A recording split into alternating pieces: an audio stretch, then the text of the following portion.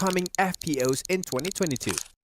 Hi everyone, today we will discuss a term that you must have heard whenever you try to study the share market. This term is FPOs, or follow-on public offerings. What is an FPO? Let's first understand what an FPO means. Whenever an already listed company tries to raise additional funds from its existing shareholders, investors, and the public, it is known as FPOs. A company can acquire these extra funds to increase capital, expand its operations, reduce debt, etc. Follow-on offerings are common in the investment world. They provide a simple method to the company to raise equity that can be used to fulfill purposes. Pricing of FPO. Unlike IPO, which are priced based on the company's performance, pricing of FPO is controlled and guided by market considerations, which are usually less than the trading price of IPO, to incentivize the potential subscribers. Now, since the company's shares are already being traded in the stock exchange market, it gives the investor an upper hand in understanding the company's valuations and making knowledgeable decisions before investing in FPOs.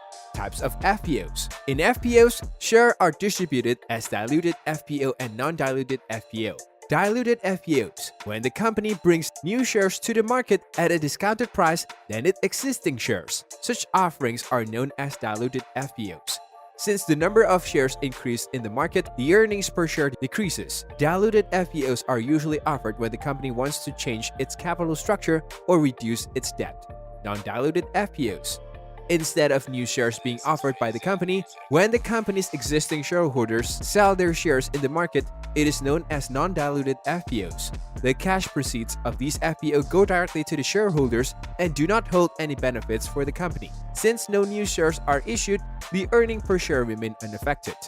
These FPOs are mainly used as a medium to transfer ownership of the company's shares. Why invest in FPOs?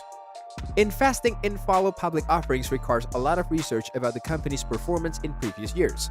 However, since the investors are already aware of the company's valuations, management, working process, etc., and have access to its past performance, earning reports, and more additional data, they can make a profitable decision. The risk involved in investing in FPO is lesser than investing in IPOs. Existing investors can make a risk-free profit by selling their shares when the company issues FPOs, since they are offered at a discounted price than IPOs. The shareholders can also arbitrate trading, i.e. buying FPOs at a low price and sell them later on profit. FPO versus IPO.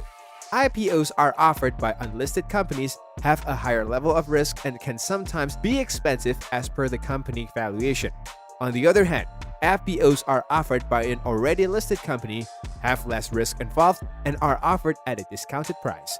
IPOs are new shares that are offered to the public for the first time and lead to changes in the company's capital. FPO can also change the capital of the company if they are diluted. Non-diluted FPO do not bring any changes in the financial positions of the FPO. Whenever an already listed company tries to raise additional funds from its existing shareholders and investors, it is known as FPOs. A company can acquire this extra capital to expand its operations, reduce debt, etc. So that's all. Stay tuned and subscribe for more.